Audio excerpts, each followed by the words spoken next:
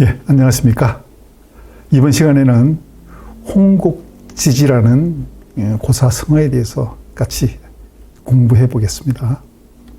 이 홍곡지지라는 성어는 그 사기의 진섭세가라는 사기에 나옵니다. 사기는 그 제왕의 기록을 담당하는 본기가 있죠. 그리고 제후들의 기록인 세가가 있고, 또 뛰어난 일반 평민들의 그 기록을 남긴 열전이라는 게 있습니다. 그런데 이 진섭세가는 왕, 즉 제후들의 기록인데, 이 진섭이라는 사람은 제후가 아닙니다만은 이 사기 세가에 포함을 시켰습니다. 특히 진섭은 그 농민으로서 반란을 일으킨 반란 수괴라고 할 수 있죠. 이런 진섭을 왕과 같은 반열에 올려서 세가에 집어넣었다는 것은 사기의 아주 독특한 그런 장점이자 지적된 그런 내용이었습니다. 이거는 좀 이따 다시 설명을 드리겠습니다.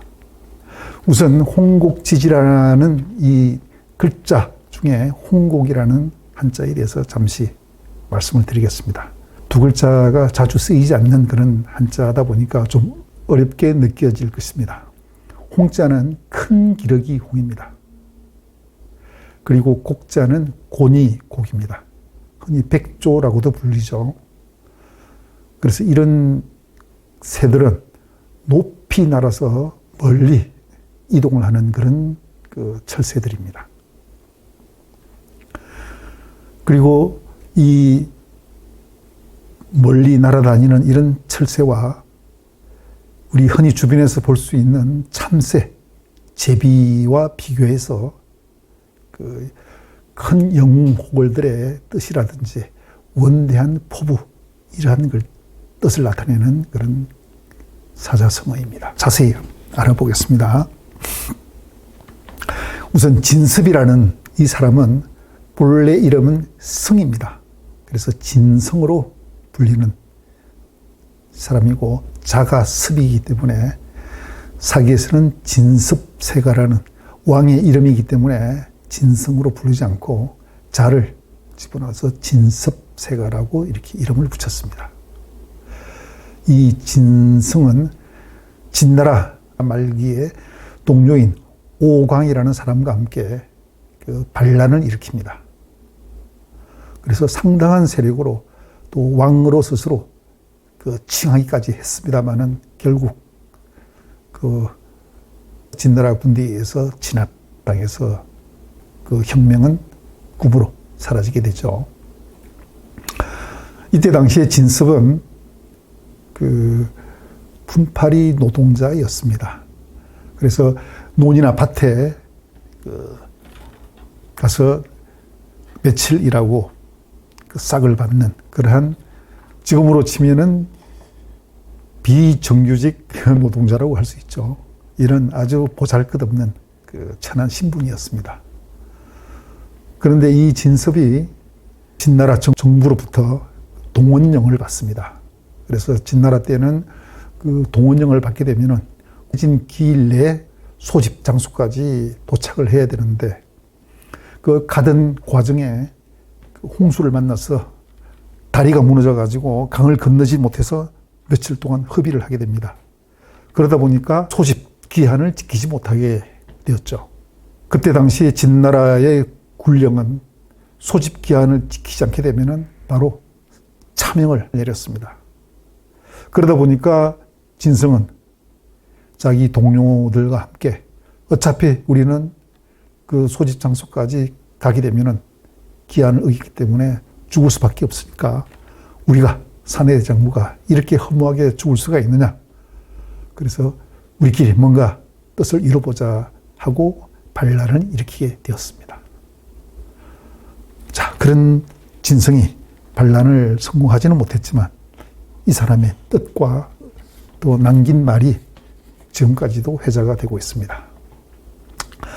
그래서 진성이 하루는 그 동료들하고 같이 그 밭에서 일을 하다가 비정규직 그런 품팔이 밭일을 하다가 쉬는 시간에 동료들과 같이 얘기를 하는 도중에 야, 우리들이 지금은 보잘것없는 이런 품팔이 신분이지만 앞으로 우리가 어떻게 될 줄 아느냐?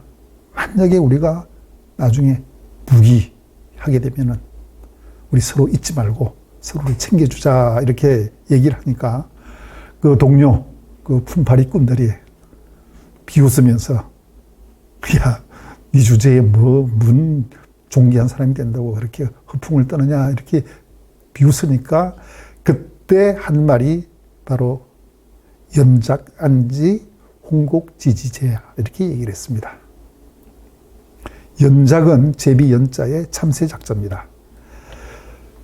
그래서 이 말의 뜻은 제비나 참새 따위가 어찌 큰 길의 기와 고니의 뜻을 알겠느냐 이렇게 이제 그 동료들에게 쏘아붙인 거죠. 이걸 우리나라 속담과 비교해서 말씀을 드리면은 우리나라에서는 참새가 어찌 봉황의 뜻을 알리요 이런 표현이 있죠. 아마 여기서 오지 않았나 생각이 듭니다만은 조금 다르긴 합니다. 그래서 이 진성은 그 동료들에게 이러한 그 자기의 속마음을 이렇게 토로하면서 이러한 유명한 말을 남기게 됩니다. 여기서 홍곡지지란 그런 말을 따와서 현재는 사자성어로 이렇게 쓰고 있습니다. 그리고 이때 당시에 진성이 그 반란을 일으키면서 그 동료들을 모아놓고 한 말 중에 또 유명한 말이 있습니다. 왕우장상 영유종무라는 말이 있죠. 이걸 해설을 하면은 왕이나 제후 그리고 장군 재상들에게 어찌 씨가 있느냐. 누구든지 자기가 열심히 노력하고 또 큰 뜻을 품어서 기르게 되면은 왕이나 제후가 될 수 있다라고 큰 소리를 친 겁니다. 그래서 진성이 비록 성공은 하지 못했지만 상당히 야망이 많았던 사람이다라고 볼 수가 있습니다. 그런데 재미있는 것은 이 왕후장상 영유종무라는 말을 우리나라에서 1200년이 지난 후에 우리나라에서 이 말이 들리게 됩니다. 고려시대, 특히 무인정권 시대 때 유명한 최충헌의 그 노예로 있던 만적이 반란을 일으키죠. 역사책에는 만적의 난으로 아주 유명한 그런 사건입니다. 이 만적이 동료 노예들을 불러서 모아놓고 일장연설을 하면서 바로 이 말을 인용을 합니다. 왕우장상에 어찌 씨가 있느냐? 우리도 비록 노예 신분이지만 큰 뜻을 품고 한번 세상을 경영을 해보자 이렇게 주장한 내용이죠. 그래서 그 기원전 200년경에 진성이란 사람이 했던 말을 1200년이 지난 우리나라에서도 만적이라는 그런 노예가 이 말을 사용하면서 난을 일으킨 그런 게 역사에 기록이 되어 있습니다. 물론 만적도 실패를 했죠. 실패를 해서 대동강에 던져서 수장을 시켰다는 그런 기록이 남아 있습니다. 그리고 이제 이 홍곡지라는 표현은 중국 공산당이 정권을 잡으면서 아주 유용하게 사용을 하고 있습니다. 공산당에서는 노동자, 농민을 해방시켜야 한다 이렇게 부르짖고 있죠. 그래서 2200년 전에 농민이 반란을 일으킨 이 사례가 아주 공산당에는 훌륭한 그런 선전 대상이 되는 것입니다.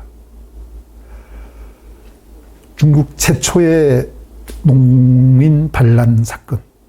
그래서 역대 왕조에서는 좀 타부시했던 그런 역사 기록입니다. 사기에 진습세계에 집어넣었던 사마천은 아주 독특한 그런 그 생각으로 그 진습이라는 반란군 수계를 제와 같은 반열에 올려서 사기에 포함시켰지만 역대 왕조들은 사기에 나타나는 이 기록을 상당히 꺼려했습니다. 그러다가 중국 공산당이 정권을 잡은 이후에는 이 진성이라는 사람에 대한 역사의 재조명 그리고 이 홍국지지라는 이 표현을 아주 일렬히 환영하고 사용을 하고 있습니다. 특히 시진핑 주석도 제가 2번을 이 홍국지지라는 말을 사용한 걸 들었습니다. 최근에는 중국 칭화대, 유명한 대학이죠. 칭화대에 가서도 젊은 학생들을 대상으로 큰 뜻을 품으라는 그런 격려의 얘기로 홍국지지를 언급한 적이 있고, 또 중국의 그 북경대학교 총장이 그 졸업 기념 식사에서도 이 홍국지지를 언급한 예가 있었습니다. 자, 이상으로 홍국지지라는 고사성어에 대해서 같이 알아봤습니다. 내용이 우리나라 국민들이 받아들이기에는 조금 끌끄러운 부분도 있긴 있지만, 우리가 흔히 개철에서 용났다고 표현처럼 아무 그런 신분도 없는 하찮은 그런 사람들 열심히 노력해서 누구 못지않게 성공을 할 수 있다는 어떤 그러한 의지, 포부를 보여주는 좋은 그런 고사성어라고 할 수 있겠습니다. 예, 이상으로 오늘 홍국지지란 그런 고사성어에 대해서 같이 알아봤습니다. 다음 시간에 또 뵙겠습니다.